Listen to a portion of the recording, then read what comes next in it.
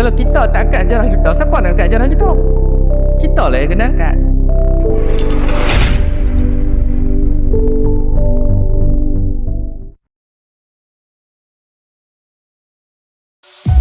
Satu malapetaka yang tidak disangka-sangka telah berlaku di Kuala Kedah. Penduduk di kawasan sekitar berbisik-bisik supaya meninggalkan rumah dan harta benda mereka dari diketahui oleh musuh-musuh dan para pengkhianat. Dalam bisikan inilah beratus-ratus buah perahu bertolak meninggalkan Kuala Kedah untuk menyelamatkan diri ke Langkawi dan Pulau Pinang.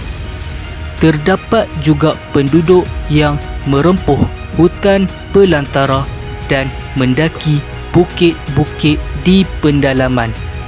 Peristiwa pahit ini adalah detik kepada permulaan bagi satu dekad zaman yang dipanggil masa musuh bisik.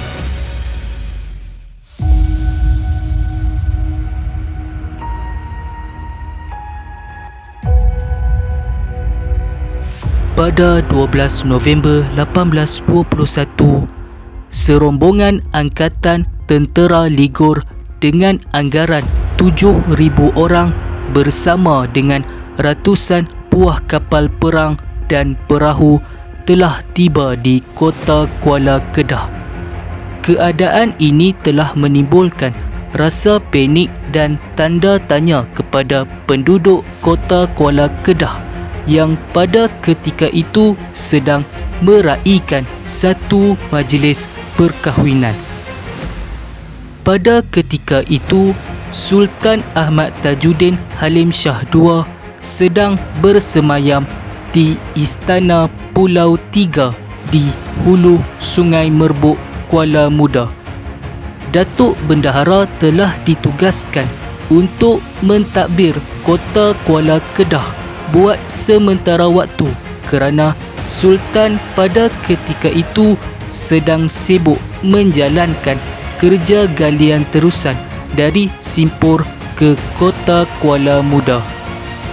Wakil Angkatan Tentera Ligor telah mendarat di kota Kuala Kedah dan berpura-pura menyatakan tujuan persinggahan mereka di Kedah adalah untuk mengambil beras yang sebelum ini telah diminta oleh Kerajaan Siam sebagai bekalan untuk berperang dengan Kerajaan Burma. Mereka telah mendesak Datuk Bendahara untuk menyediakan bekalan itu dengan kadar segera. Namun begitu, timbul persoalan dan hairan mengapa terlalu ramai orang-orang Siam yang datang untuk mengambil beras. Tambahan lagi, orang-orang Siam ini mempunyai senjata-senjata yang lengkap untuk berperang seperti lembing, tombak, pedang, parang, istinggar dan meriam-meriam kecil. Datuk Bendahara sangat berhati-hati kerana beliau sudah mengetahui bahawa Raja Ligor sememangnya berdendam hati terhadap Sultan Ahmad Tajuddin kerana tidak membantu Siam menyerang Burma. Tanpa disangka, orang-orang Siam telah menyerbu naik ke atas balai air dan berlakulah pertempuran sengit. Ramai orang-orang Siam menjadi mayat, tetapi malangnya Datuk Laksmana dan Datuk Temenggong telah terkorban. Orang-orang Siam juga telah menangkap Datuk Bendahara dan menerangkan hasrat sebenar mereka adalah untuk menduduki kota Kuala Kedah dan meminta orang-orang Melayu supaya tidak melawan. Ketika masa perundingan, Datuk Bendahara bersama dengan wakil Siam di atas balai air, beberapa orang Siam telah memasuki pintu kota secara senyap-senyap dan melumpuhkan sistem pertahanan kota Kuala Kedah dengan menuangkan timah cair ke dalam mulut-mulut meriam yang terdapat di kota Kuala Kedah. Keadaan ini menyebabkan meriam-meriam tersebut tidak dapat berfungsi. Jumlah bilangan tentera Kedah yang sedikit dan tidak dalam keadaan bersedia pada ketika itu menyebabkan kota Kuala Kedah tumbang kepada Siam dalam masa yang singkat. Ratusan lelaki dan wanita rakyat Kedah maut dalam serangan mengejut ini. Daripada majoriti penduduk Kedah, hanya 10,000 warga kota Kuala Kedah dapat melarikan diri dengan selamat ke Langkawi dan Pulau Pinang, manakala mereka yang masih berada di Tanah Besar telah ditangkap dan diseksa hidup-hidup. Pada pagi Isnin, Sultan Ahmad Tajuddin mendapat maklumat bahawa Angkatan Siam telah menawan kota Kuala Kedah. Baginda dinasihatkan supaya berundur dengan segera kerana sebuah angkatan laut Siam yang agak besar sedang menghampiri Sungai Merbuk pada pagi itu juga.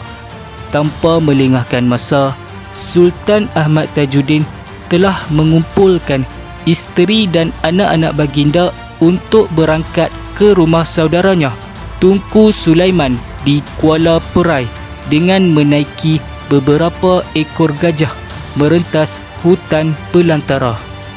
Terdapat cerita yang mengatakan bahawa baginda terpaksa menaburkan hartanya iaitu duit-duit tera dan keneri di belakang gajahnya sepanjang perjalanan supaya dapat membuang masa tali barut Siam untuk mengutipnya dan seterusnya dapat menghilangkan jejak-jejak baginda daripada dikesan.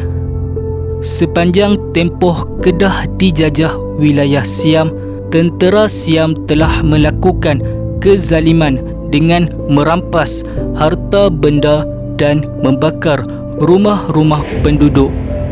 Rakyat Kedah pula dibunuh, dicincang dan dirogol. Ada juga yang dijadikan hamba dan buruh paksa.